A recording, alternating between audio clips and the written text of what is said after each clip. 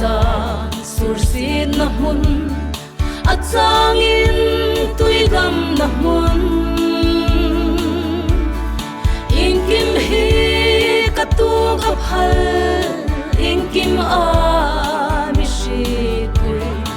a mangai na athar zon pe ani amiko fal un fin ril taka sumuna sun aro amin shiktir kanina amishil ji anina amin hutir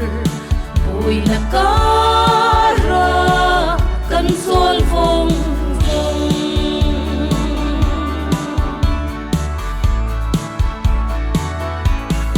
Elisa saule phi tram som tu pathin nge khan shit lo kum lo van be thar mal som na be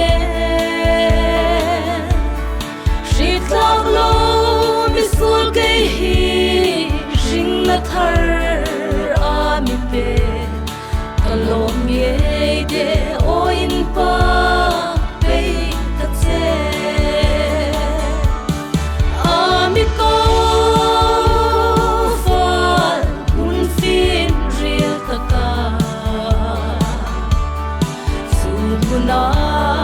sun aro amin shiktir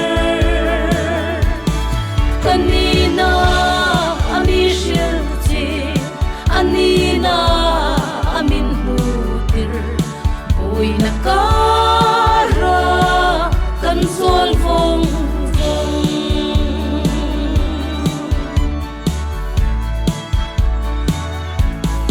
noi lungai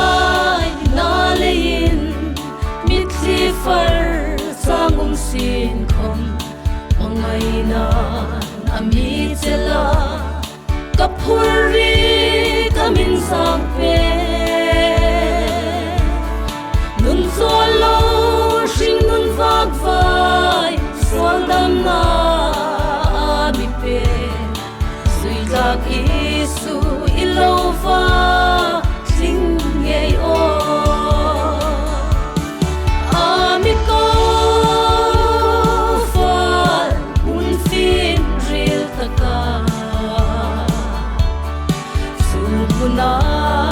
sun aro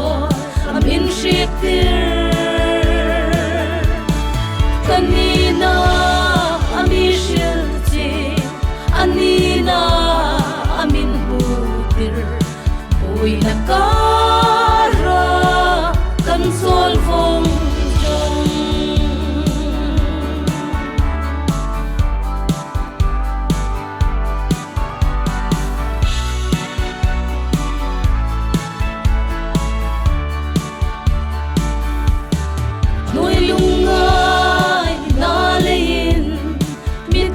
far sangum sin khom